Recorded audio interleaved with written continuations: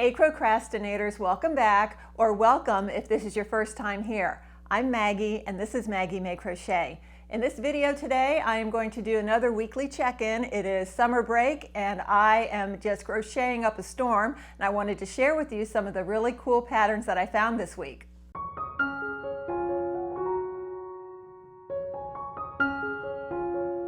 So if you've been watching my channel, you know that one of the goals for my summer break is that I work through some of my yarn stash.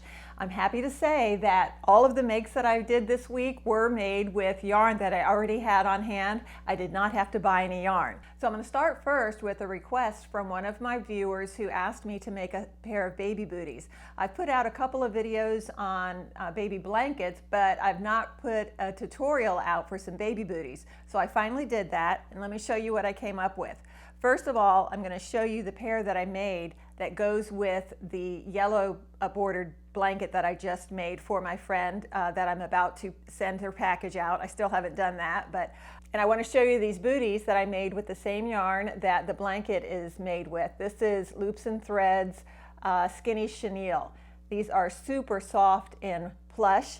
They are a little larger than a newborn size. I think the fact that the yarn is so thick, at the number 5 bulky yarn, they came out a little larger than I anticipated. So I did make another pair that would be more fitting for a newborn.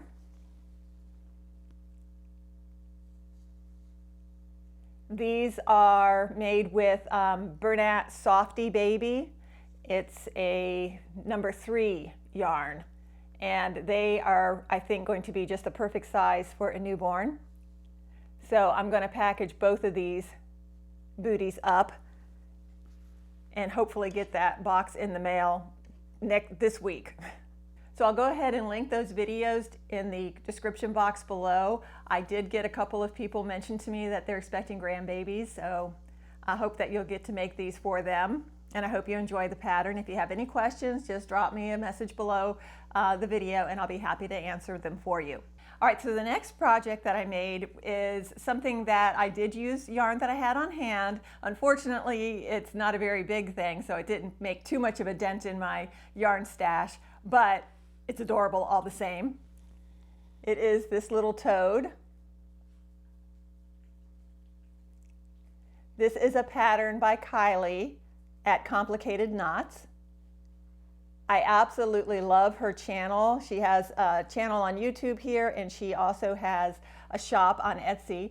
Most of her patterns are free on YouTube, and I find them very helpful because she does give you a lot of tips and hints as you're going along to help you if you get stuck, because her patterns are quite detailed.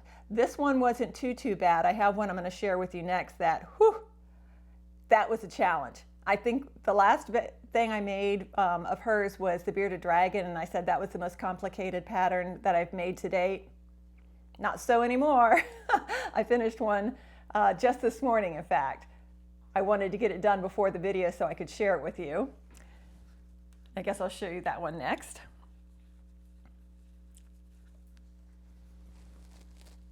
It is for this Hermit Crab. Let me make sure he is camera ready. Okay, I mean, look at this pattern. The detail is incredible. Look, you can take him out of his shell. Just check out that shell.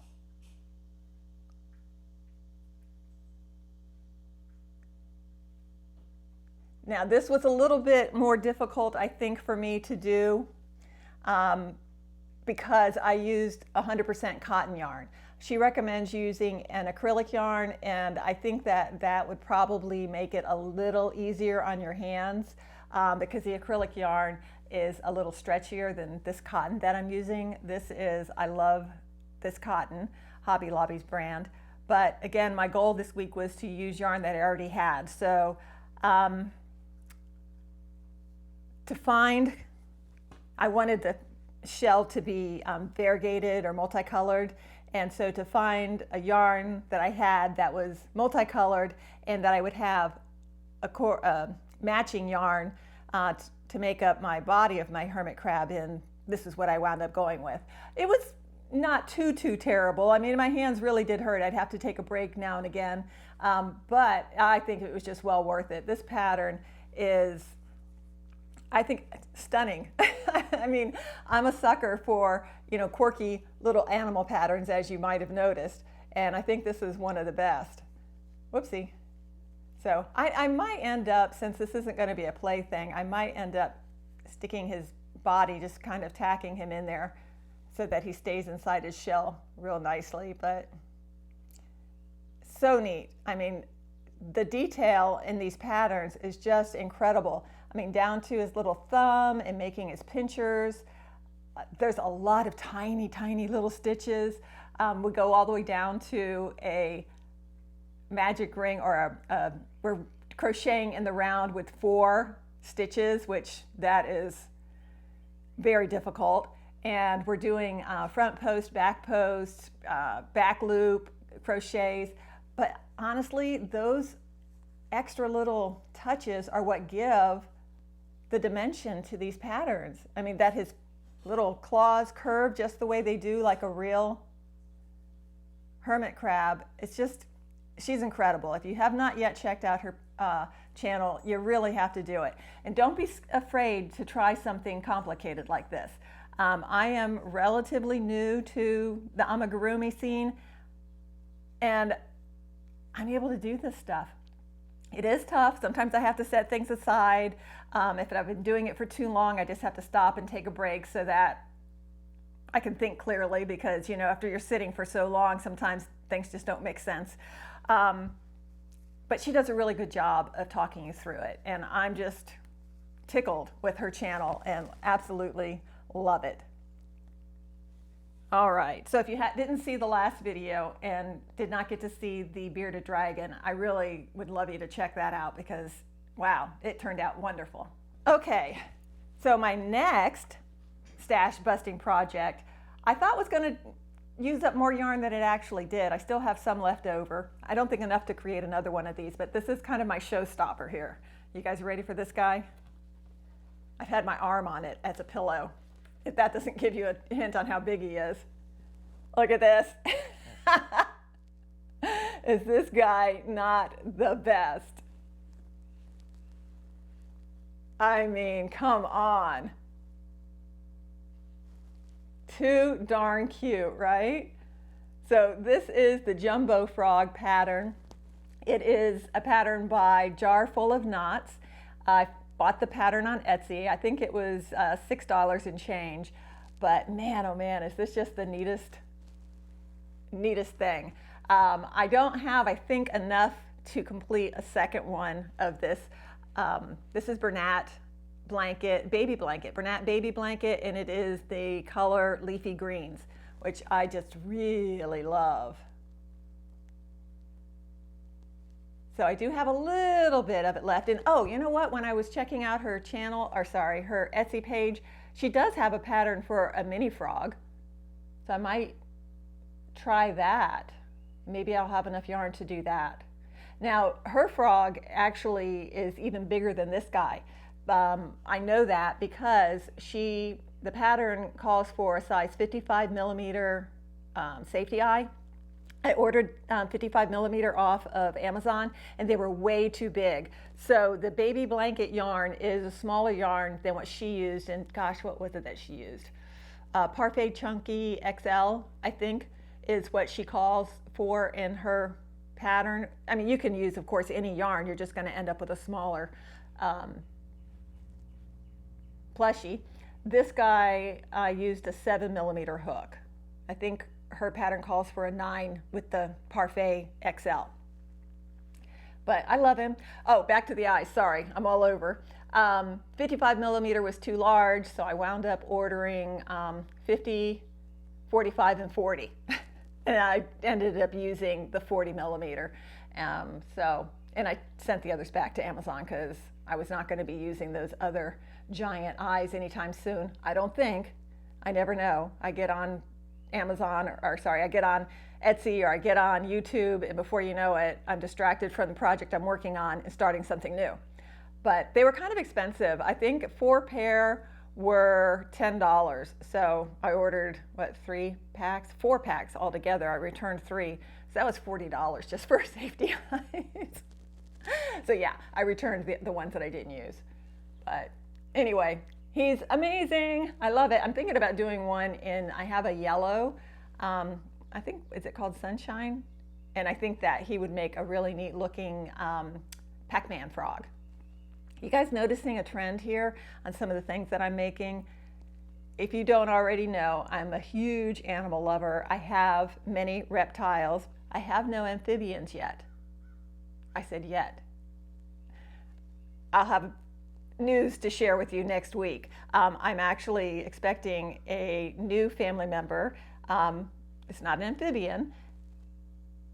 They will be delivered on Thursday. The heat here is incredible. It's 100 degrees outside, and they will not deliver live animals unless the temperature's just right, so I have to wait a little bit. But I will share that pet with you. I'll give you a real quick rundown if you're new. I have a bearded dragon, a leopard gecko, a chameleon, a redfoot tortoise, a Herman's tortoise, and 3 dogs. Yeah, I know, I'm crazy. And I am going to be receiving new family members in the next week or so, and I'll share those with you. I think it's time for me to have some grandbabies. I'm putting all my energy into my crochet and pets, and I think something's missing in my life, and it might just be a grandbaby. No pressure to my kids. My son was just married back in November, so no hurry, but I can't wait to be a grandma. Okay, so I guess we're already up to my last make. I wasn't going to be able to get it completed in time for today's video, but I think I might be making a tutorial for it. If I get enough interest in it, I'll be happy to make a tutorial for you. Let me share with you. This again is using up my yarn stash. Whoops, whoops, whoops. There we go. You guys might recognize this. Apparently, this was a viral pattern. This is called the Virus Shawl. Put on what I have here. So, yeah, it's a little small yet. I've used 2 skeins of, everything's such a mess right here. This is Big Twist Living, and it is the colorway, hold tight, sorry, glasses and my yarn.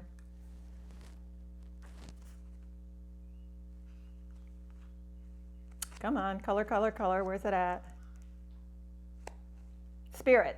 I made a sweater out of this yarn last year for Pride, and they were just marked, they had so much of this marked down when Joann's was about to close out, and I bought a ton of it. So I do believe my stash busting will be successful for this pattern. This is the last skein I have, and I will be using it to finish this pattern, so yay me. I think I did a pretty good job this week in using the yarn that I had without making any purchases. So if you're interested in making a virus shawl, let me know. I'm happy to put together a tutorial for you. This, like I said, was a viral pattern a few years ago, and to my knowledge and from the tutorials that I watched, there is no way to know exactly who created the pattern, so there shouldn't be a problem with me doing my own tutorial on it, and I'm happy to show you how to do it because it's a lot of fun actually. There's a lot of talk about why it's called the virus pattern. I guess because it just keeps growing and growing, I've heard. I would probably call this something like, if I were to name it, maybe like the crack shawl because it's addictive. It looks complicated until you get through the first couple of rows. It takes a little bit for your brain to click and go, oh, okay, I see the pattern now, I got this. And then you can just, crochet away. It's really not too difficult. I will try to, in my tutorial, make this as simple as possible because that's my brain, simple brain. But I have kind of come up with a fun way to sort it out so that it's easy to remember and get the pattern straight. Gosh, I guess that's it. I guess that's my week. I have so many projects in the works. I have a whole list of things on my little notepad here of the things I want to do coming up for July. I still have things coming in June, don't worry about that. But my July, I have 2 special projects I want to do because of the dates.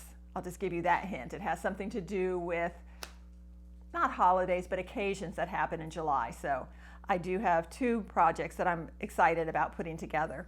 Okay guys, so that about covers it for today's video. I will see you again next week with more patterns that I have tried and share with you what I think about them and some tips and tricks that might be helpful to you. Thanks for watching. Bye-bye now. See, I've got the yarn tied around me here. Yikes. Ugh.